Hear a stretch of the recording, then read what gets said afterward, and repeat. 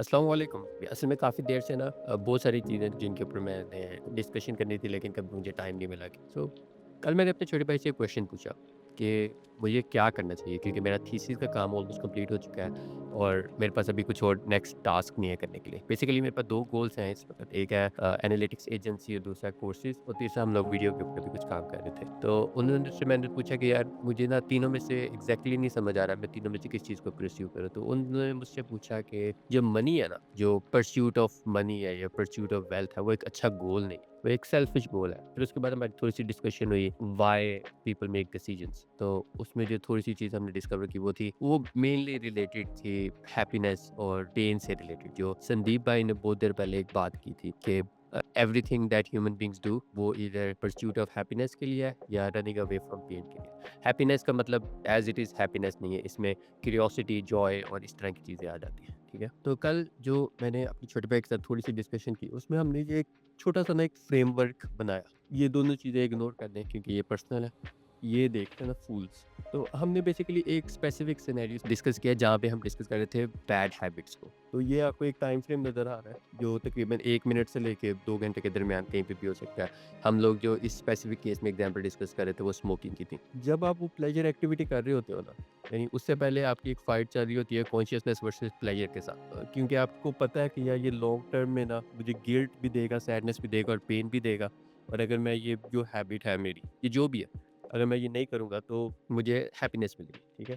तो वो आपकी लॉन्ग टर्म हैप्पीनेस कह लें। लेकिन जब ये फाइट हो रही होती है ना कॉन्शियस वर्सेस प्लेज़र, तो थोड़ी देर के लिए जो आपका ब्रेन होता है ना वो शट ऑफ हो जाता है और जो कॉन्शियस है वो ये गेम हार जाता है और प्लेज़र जो है वो टेक ओवर कर लेता है, ठीक है? वो आपको कोई भी रीज़न्स दे देता है कि दुनिया में इतने लोग स्मोकिंग करते हैं तो हम लोग थोड़ी मरेंगे स्मोकिंग करने से एटसेट्रा, एटसेट्रा। तो जब वो प्लेज़र टेक ओवर करता है, उसके साथ और भी बहुत सारी चीज़ें होती हैं, लेकिन जो प्लेज़र का कंपोनेंट होता है ना, वो बहुत ज़्यादा होता है, तो इसलिए वो विन कर लेता है। लेकिन जैसे भी आप वापस अपने कॉन्शियस माइंड में वापस आते हैं, तो जो हैप्पीनेस है, अब वो ऑलमोस्ट खत्म हो गया है, लेकिन उसके बाद जो बाकी इमोशंस थे ना, वो रह जाते हैं। तो एक फूल क्या करता है, वो इसी साइकिल को ना रिपीट करता रहता है, रिपीट करता रहता है, रिपीट करता रहता है। लेकिन वो कोई फ्रेमवर्क नहीं बनाता कि जब वो यहाँ पे आया, तो वो इस चीज़ को एनालाइज़ करे और इसका एक ना फ्रेमवर्क डेवलप करे ताकि ये सिचुएशन फ्यूचर में दोबारा नहीं हो।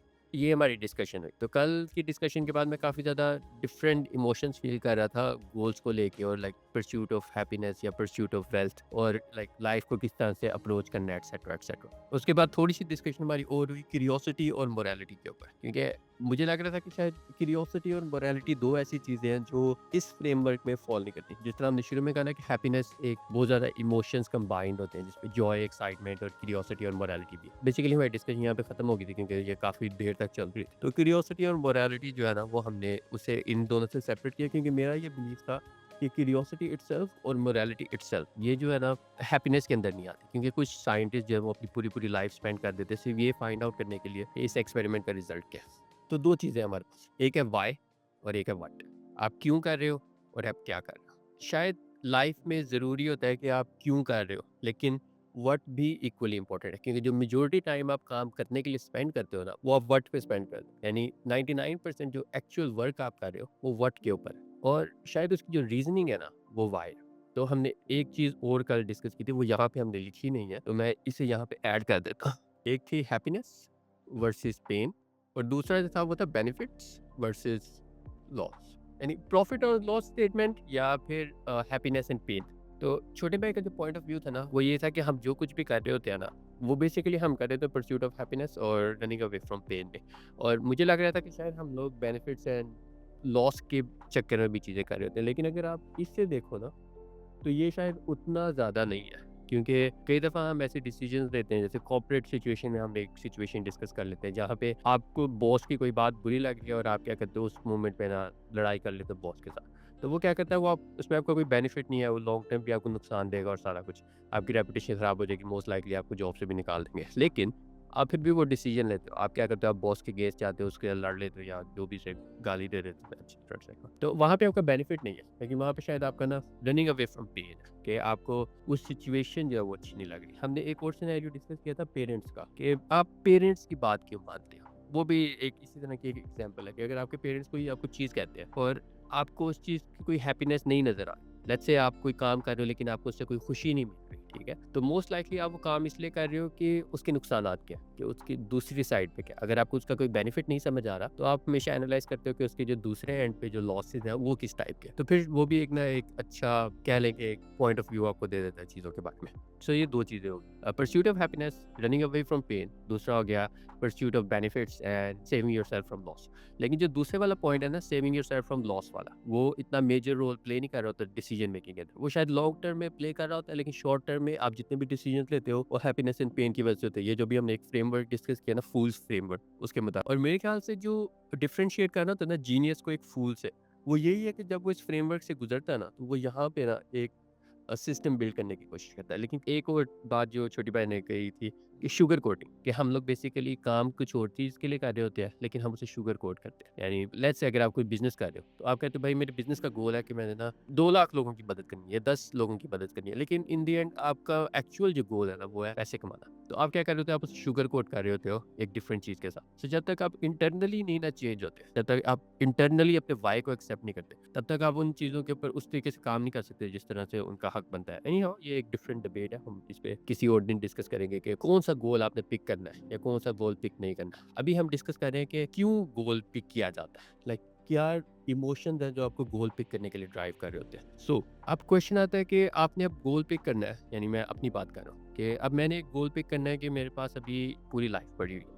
मैं अभी 28 29 ईयर्स का हो गया हूँ, और आगे अभी इंशाल्लाह अगर हम एक नॉर्मल पाकिस्तानी लाइफ कंसीडर करें, तो मेरे पास एटलीस्ट 40 साल और है, ठीक है, या 30 साल और है, अज्यूमिंग अंडर नॉर्मल सर्कमस्टांसिस। तो अब मेरे पास 30 साल और है। तो 30 साल मैंने एक्चुअल में क्या किया, क्योंकि अगर आप पैसे कमा भी लेते हो या अगर आप फाइनेंशियली फ्री भी हो जाते, फिर भी तो आपने काम करना ही करना है। अली अब्दाल, बिल गेट्स, ये सारे लोग अभी भी काम करें। ये ठीक है, मैंने 0.0001% लोगों की एग्जांपल दे दी है, लेकिन फिर भी जो लोग सक्सेसफुल है या अल्ट्रा सक्सेसफुल है, जो हमारी लाइफ में सक्सेसफुल है, वो फिर भी काम कर रहे हैं। इनमें में एक मेरे चाचू हैं, वो एक फलाही इदारा चला रहे हैं, तो वो मुझे अच्छा लगा। कल हकीम मुराद साहब की मैं एक वीडियो देख रहा था, पैराडाइम ऑफ लीडरशिप, एक अच्छी वीडियो सीरीज है, मैं हाईली रिकमेंड करूँगा। तो वो उस चीज़ में बता रहे थे कि लीडरशिप जो है ना, वो डिस्करेज की गई है। यानी इस तरीके से डिस्करेज नहीं की गई, ये मोर लाइक है कि आपको लीडरशिप की डिज़ायर नहीं होनी चाहिए। क्योंकि हमज़ा भाई ने ना 2 चीज़ें बताई थी कि root of all the evil जो है ना, जो भी बीमारियां हैं जिनकी सारी सर दर्द स्टार्ट होती है, वो होती है लव ऑफ लीडरशिप, और दूसरी होती है प्रोक्रास्टिनेशन। लव ऑफ लीडरशिप और प्रोक्रास्टिनेशन, तो ये 2 चीज़ें हैं जो ना इंसान को लाइक हर तरह की ईवल की तरफ ले जाती है। एनी हाउ, ये हम किसी और दिन, इस पे भी हम किसी और दिन डिस्कशन करेंगे, क्योंकि अभी हमने ये डिस्कशन सीरीज स्टार्ट किया था, शायद इस तरह की रेगुलर डिस्कशन करते रहे। Coming back to the main point कि जो भी डिसीजन लिया जा रहा है वो क्यों लिया जा रहा है, तो हमने अब तक 2 चीज़ें देखी, हैप्पीनेस, पेन, और ये एक फ्रेमवर्क है, दूसरा क्यूरियोसिटी और मोरालिटी। क्यूरियोसिटी और मोरालिटी के ऊपर हमारी अभी तक इतनी डिटेल डिस्कशन नहीं हुई, तो इसलिए हम इसे भी किसी और वीडियो के लिए छोड़ देते हैं। अब वापस आ जाते हैं व्हाई और व्हाट के ऊपर, जो मेन पर्पस है कि ठीक है, ये सारा कुछ हमें समझ आ गया लोग क्यों कर रहे हैं, क्या कर रहे हैं। तो अब हमने अली हसन भाई के लिए क्या डिसीजन है, तो हमने डिसाइड करना है हमारा व्हाई। तो हम क्या करते हैं, हम एक नेक्स्ट पेज पे चले जाते हैं, ताकि हमारे पास थोड़ी सी स्पेस हो और हम वहाँ पे ना ये डिस्कशन करें। मैं अपने थोड़े से हैप्पीनेस एंड व्हाईस यहाँ पे लिख देता हूँ, फिर उसके बाद हम देखेंगे कि हम दोनों में से किस चीज़ को लेके बेटर तरीके से चल सकते हैं। यहाँ पे हम लिख देते हैं हैप्पीनेस, यहाँ पे हम एक हेडिंग बना देते हैं पेज, ठीक है। तो इसे हम फिल आउट कर लेते हैं, और इसके बाद जो भी हमें रिजल्ट नज़र आएगा, हम उसके ऊपर थोड़ा सा टाइम स्पेंड कर लेंगे कि इनमें से कौन सा ऑप्शन अप्रोच किया जा सकता है। एक और चीज़ अली मोहसिन भाई ने मेंशन की थी, वो थी कंपटीशन, कंपेटिटिवनेस, ठीक है। मैं यहाँ पे कहीं लिख देता हूँ कम्पेटिटिवनेस। आपने कहना है राइटिंग को क्या होगा, लेकिन समझ तो आ रही है ना, कम्पेटिटिवनेस। क्योंकि जो कम्पेटिटिवनेस होती है ना, वो भी शायद इंसान को फोर्स करती रहती है कि वो परस्यू करता रहे, यानी वो व्हाट का एक स्ट्रॉन्ग रीजन होता है। लेकिन शायद कम्पेटिटिवनेस आपको किस फील्ड में करनी चाहिए, वो एक डिफरेंट क्वेश्चन है, और वो भी हम किसी और दिन जब हम रिलीजन डिस्कस करेंगे बैठ के, तो हम उसे भी डिस्कस कर लेंगे। तो हैप्पीनेस एंड पेन, इसमें मेरे एक और अच्छे दोस्त है अली अहमद भाई। अली अहमद भाई के साथ मेरी एक दफ़ा डिस्कशन हुई थी काफ़ी डिटेल में, और वो था इटर्नल गोल्स। इसमें मैं एक और चीज़ मेंशन कर दूं कि जो आपका प्राइमरी गोल होता है ना, तो हम लोगों ने इतनी लाइफ में बुक्स पढ़ी हुई है कि हम क्या करते हैं कि प्राइमरी गोल इतना बड़ा है कि आप उसे अचीव नहीं कर सकते। तो आप क्या करते हो, आप उसे ना एक सेकेंडरी गोल में डिवाइड करते हो। सेकेंडरी गोल 1, फिर आप क्या करते हो, एक सेकेंडरी गोल 2 बनाते हो, एक सेकेंडरी गोल 3 बनाते हो, और एक सेकेंडरी गोल 4 बनाते हो, एटसेट्रा एटसेट्रा। यानी लेट्स से आपका गोल है प्रोडक्टिविटी, हम एक डिसेंट सी एग्जांपल लेते हैं। आपका प्राइमरी गोल है प्रोडक्ट, लेकिन आपने चेक करना स्टार्ट किया, यार मैं लाइफ में प्रोडक्टिव क्यों नहीं हूँ, ठीक है। तो आपको उसके कुछ आंसर्स मिले कि यार मैं ना बहुत ज़्यादा टाइम फ़ोन के ऊपर स्पेंड करता हूँ, ठीक है। फ़ोन के ऊपर मैं बहुत ज़्यादा टाइम स्पेंड करें। दूसरा आपको आंसर मिला टाइम मैनेजमेंट मेरी भी ठीक।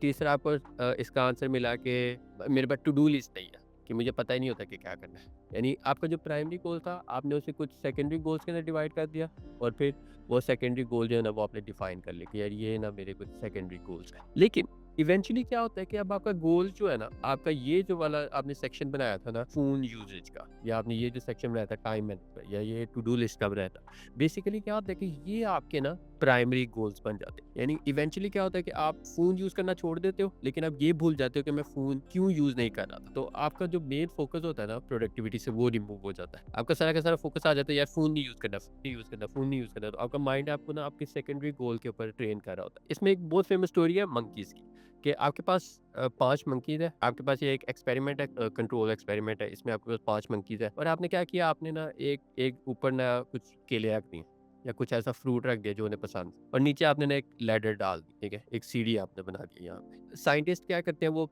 सारे मंकीज़ को उन्होंने यहाँ पे कॉलर्स लगाए हुए हैं या जो भी सिचुएशन है। तो अगर कोई भी मंकी ऊपर जाता है लैडर के, तो उन सबको शॉक मिलता है। तो अब इवेंचुअली क्या होता है कि सारे मंकी इस चीज़ पे ट्रेन हो जाते हैं कि यार ऊपर नहीं जाना। तो कोई भी मंकी अगर ऊपर जाने की कोशिश करता है, बाकी सारे मंकी उसे पकड़ के उसे मारते हैं कि भाई ऊपर नहीं जाना, ऊपर अगर आप जाओगे ना तो हम सबको करंट मिलता है। फिर आप इवेंचुअली क्या करते हो, आप इनमें से एक मंकी रिमूव कर देते हो और इसी जगह ना एक न्यू मंकी डाल देते हो। अब जो न्यू मंकी आया, इसे इस रूल के बारे में नहीं पता, तो वो क्या करता है, ऊपर जाने की कोशिश करता है, तो सारे बंदर मिलके उस एक मंकी को मारते हैं कि भाई ऊपर नहीं जाना। अब इसे नहीं पता कि मुझे मार क्यों पड़ रही है, क्योंकि इसने अपनी लाइफ में कभी करंट नहीं खाया, लेकिन चूंकि बाकी मंकीज ने खाया हुआ, वो उसे रोक रहे हैं, ठीक है?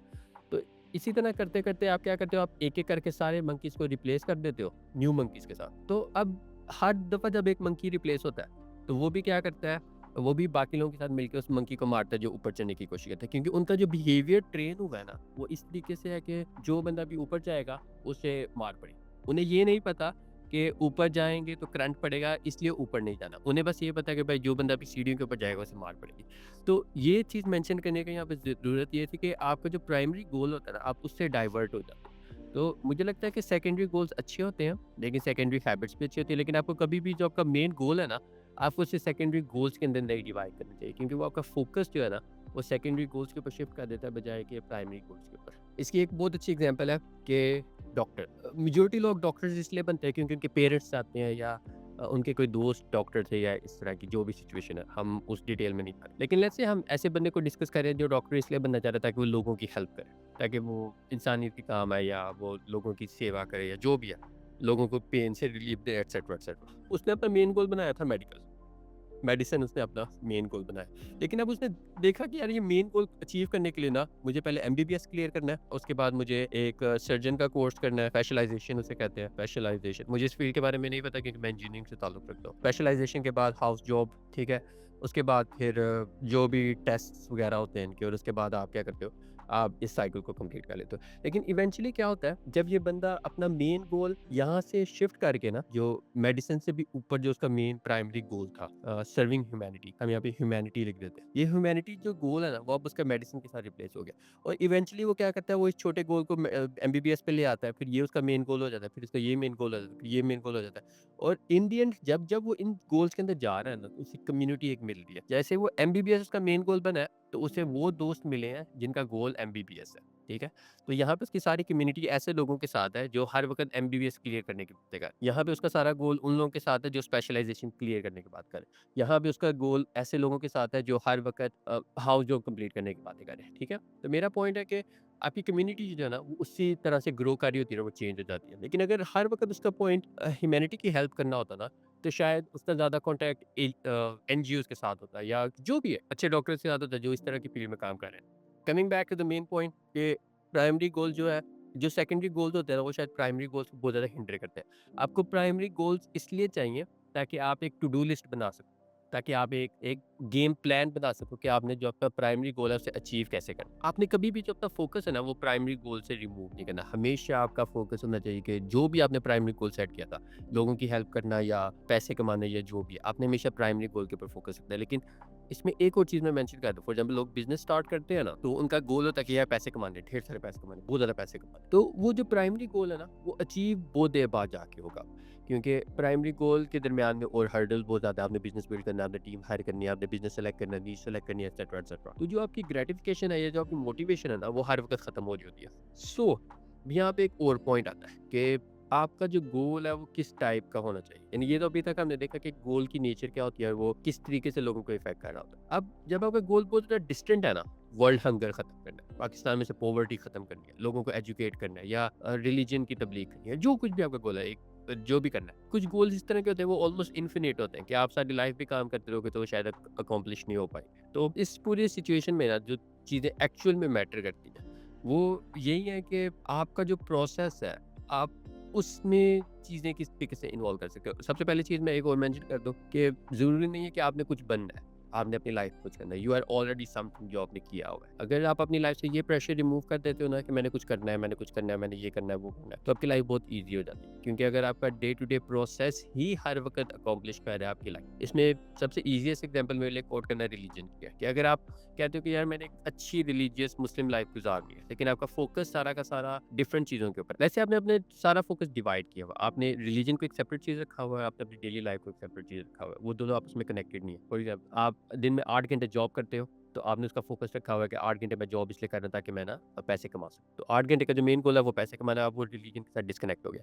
लेकिन आप क्या करते हो कि तो यार मैं 8 घंटे जो जॉब कर रहा हूँ उसमें कि मैं कंटिन्यूअसली ना नमाज़ें पढ़ता रहूँगी। नमाज़ का टाइम आ गया, नमाज़ पढ़ लूँगा, बीच में कहीं ज़िक्र कर लूँगा। तो वो ना आप अपने आप को कन्विंस कर रहे हो कि ये सारा इतना टाइम जो है ना वो मैंने उसके साथ बाउंड कर रहा हूँ रिलीजन के साथ। लेकिन अगर आप एक्चुअल में अपने माइंड के अंदर सोचो तो आपने रिलीजन की एक सेपरेट कैटेगरी बनाई हुई है और लाइफ की आपने एक सेपरेट कैटेगरी बनाई है। मैं हर किसी को कोट नहीं कर रहा, मैं जनरलाइज़ेशन की बात कर रहा हूँ, मेजॉरिटी लोगों की बात कर रहा हूँ। क्योंकि मैं भी उसी फेज़ में से गुज़रा और मैं भी ऑलमोस्ट वैसे ही करता हूँ। अभी भी वैसे ही करता हूँ लेकिन मैं कोशिश कर रहा हूँ चेंज करने की। इसमें अली भाई के साथ जो मेरी डिस्कशन हुई थी उसमें हमने मैंने उन्हें जो आइडिया प्रपोज़ किया था वो ये था कि शायद प्रॉफिट्स और कंपेनियंस के लिए चीज़ें रिलीजन फ़ॉलो करना ईज़ी इसलिए था कि उनका जो मेन गोल है ना, वो इस तरह से कह लें कि परस्यूट ऑफ डिवाइन है, कि वो परस्यूट ऑफ डिवाइन उनका जो मेन गोल है। इसलिए जो उनके सेकेंडरी गोल्स है ना, यानी वो चैरिटी इसलिए नहीं कर रहे कि वो मुसलमानों की हेल्प होगी, वो चैरिटी इसलिए कर रहे हैं ताकि अल्लाह खुश हो। वो नमाज़ इसलिए नहीं पढ़ रहे कि यार कि ये फ़र्ज़ है तो पढ़नी है, वो नमाज़ इसलिए पढ़ रहे हैं ताकि अल्लाह खुश हो। वो नमाज़ इसलिए पढ़ रहे हैं ताकि अल्लाह की गज़ब से बच जाए। वो नमाज़ इसलिए पढ़ रहे हैं ताकि लाइक वही happiness and pursuit of happiness और रनिंग अवे फ्रॉम पेन।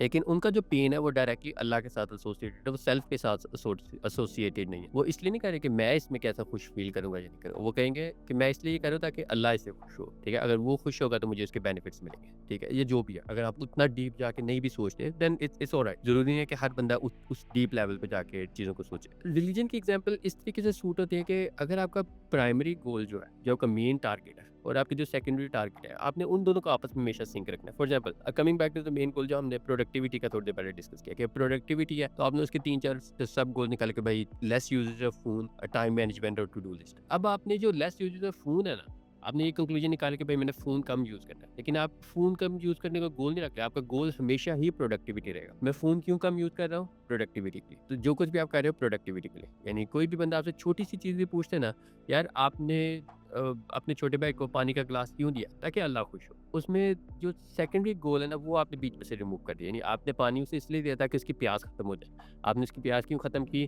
ताकि उसे अच्छा फ़ील हो और प्रॉफ़िट निकाल के किसी को पानी पिलाओगे तो आपको नेकी मिलेगी। तो वो सब कुछ क्यों है? मेन गोल के लिए। तो आप क्या करते हो, आपने जो बीच में सेकेंडरी गोल्स बनाए हुए हैं ना, आप उन गोल्स को स्किप कर देते हो। इसी तरीके से अगर आप कोई बिज़नेस स्टार्ट कर रहे हो और आपका बिज़नेस में गोल नहीं कुछ क्लियर हो पा रहा, जैसे मैं बेसिकली डायरेक्टली जो भी बातें कर रहा हूँ मैं अपने पॉइंट ऑफ व्यू से कर रहा हूँ। अपने आप को सेंटर रखते हुए कर रहा हूँ सारी बातें एक्चुअली। अब आपने कोई गोल देखना है कि यार मैंने अब लाइफ में क्या करना है, क्योंकि मैं इस वक़्त ऐसी सिचुएशन में फँसा हुआ जहाँ पे मुझे समझ नहीं आ रही थी कि यार करना क्या है। तो गोल डिसाइड करते हुए मुझे 2 चीज़ें अच्छी लग रही थी। एक है कॉम्पिटिशन, कि कॉम्पिटिशन जो है बेसिकली आपके गोल को ना सर्वाइव रखता है। जब तक आप कॉम्पिटिशन में हो ना तो आप काम करते रहते हो, आप कम्पीट कर रहे हो। और मेरे ख्याल से ये जो है ना कि it's you versus you, it's not you versus someone else. मेरे ख्याल से यू वर्सेस यू वाली जो कहानी है ना वो भी थोड़ी-सी अजीब है, लेकिन चलती है, ये भी चलती है। ऐसा नहीं कि चलती नहीं। तो यू वर्सेस समवन एल्स मेरे ख्याल से स्टार्टिंग में थोड़ा-सा बेटर है, क्योंकि वो आपको हमेशा एक कॉन्सेप्ट पुश के ऊपर रखता है। लेकिन शायद वो डिमोटिवेट थोड़ा ज़्यादा कर देता है, क्योंकि बहुत सारी चीज़ें आउट ऑफ कंट्रोल होती हैं और आप उन्हें कंट्रोल नहीं कर सकते रख सकते। वो भी किसी और दिन हम डिस्कस करेंगे कंपटीशन के ऊपर जब हम कोई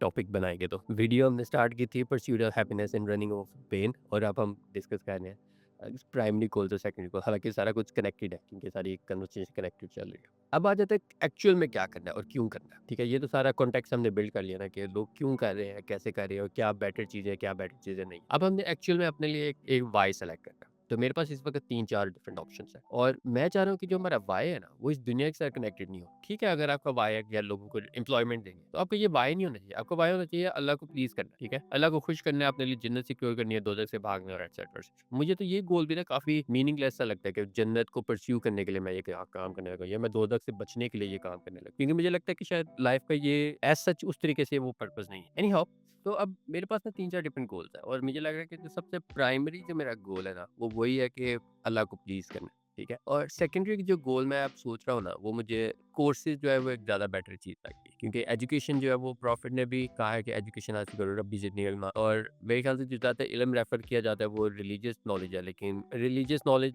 परस्यू करना एक काफ़ी रिलेटिवली डिफ़िकल्ट टास्क है और मैं अभी इस पोज़ीशन में नहीं हूँ कि मैं उसके ऊपर कोई प्रीचिंग कर सकूँ। लेकिन मेरे ख़्याल से जिस चीज़ के ऊपर मैंने पिछले 3 साल स्पेंड किए हैं अपवर्क और कोर्सेज़ में, शायद उसके ऊपर एक अच्छा काम कर सकता हूँ। मैं उमर तस्कीर भाई से बहुत ज़्यादा इम्प्रेस हूँ, बहुत ज़्यादा मोटिवेटेड फ़ील करता हूँ उन्हें देख के, क्योंकि उनकी वीडियो सीरीज़ अल्हम्दुलिल्लाह एक अच्छा रोड मैप है। तो शायद अभी से ना इस वीडियो के बाद मैं एक रोड मैप स्टार्ट करूँगा और उसके बाद मैं यूट्यूब कोर्सेज़ को जो है ना अच्छे तरीके से लेके चलूँगा और शायद मैं वेबसाइट पे जो कोर्स सेलिंग वाला प्लान था शायद मैं वो कैंसल कर दूँगा। क्योंकि मेरा गोल जो है वो अब मनी नहीं है, मैं पैसे के लिए काम नहीं करना चाहता, क्योंकि ये अच्छा गोल ही है। हालाँकि मेरे अब्बूजी ने भी मुझे सेम चीज़ का मशवरा दिया था कि 3 चीज़ों के लिए काम करना बकवास काम होता है। पैसे के लिए काम करना सबसे वर्स्ट काम है, बाकी चीज़ें मुझे भूल गई हैं क्योंकि मेरा हाफ़-सा थोड़ा-सा फारग होता जा रहा है। एनी हाउ, तो मुझे उठे हुए भी काफ़ी टाइम हो चुका है, मैंने खाना भी नहीं खाया। मैं शायद शाकिर भाई को कहूँगा कि ब्रेड ला दें प्लीज़, या मैं अपने रूममेट को चेक करता हूँ अगर वो अवेलेबल है तो। लेकिन दैट्स इट।